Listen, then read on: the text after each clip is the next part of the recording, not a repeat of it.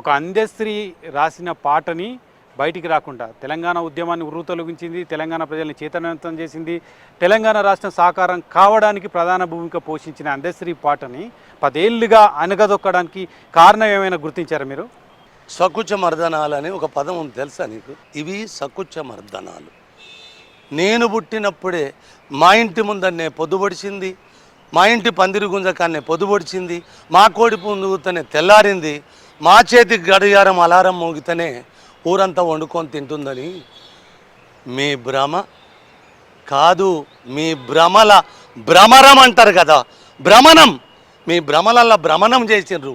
అందుకోసం మీ బతుకు అంటే సకుచిత మర్దన పరులకు మీరు దూరంగా ఉన్నారు కాబట్టి మీ పాట రాలేదు. ఖచ్చితంగా కదా, అంతే కదా. నేను మీకు జై కొట్టలేదా, మీకు జై కొట్టినా అనేది మిమ్ములెవడు చూస్తారా?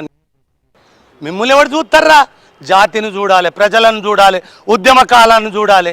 నా ప్రజలు ఎప్పుడు దానికి ఆమోదమే తెలిపినారు, కానీ గిది మారుస్తావా గది మారుస్తావా కాదు.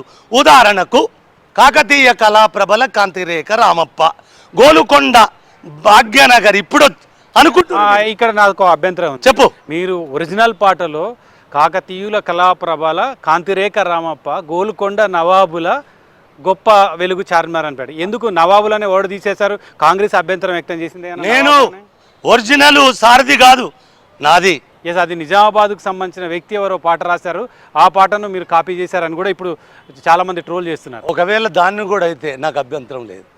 నా పాటను ఎవడన్నా రాసిందని మాట్లాడితే, నా పాటకు ఎవడన్నా సంగీతం కట్టిందని మాట్లాడితే, ఇప్పుడు వాళ్ళు ఓడిపోయిన నాన్న 1,00,000 మాటలు మాట్లాడతాడు. ఓడిపోయినట్టు ఇప్పుడు మళ్ళీ ముఖ్యమంత్రి అవుతాడా? 1,00,000 అవరోధాలు సృష్టిస్తారు, అవుతాడా? ఇప్పుడు అందశ్రీ ఎవడో రాసిన పాటను తెచ్చుకునేంత దిగజారాడా? వాళ్ళు దిగజారి మాట్లాడిన మాటలకు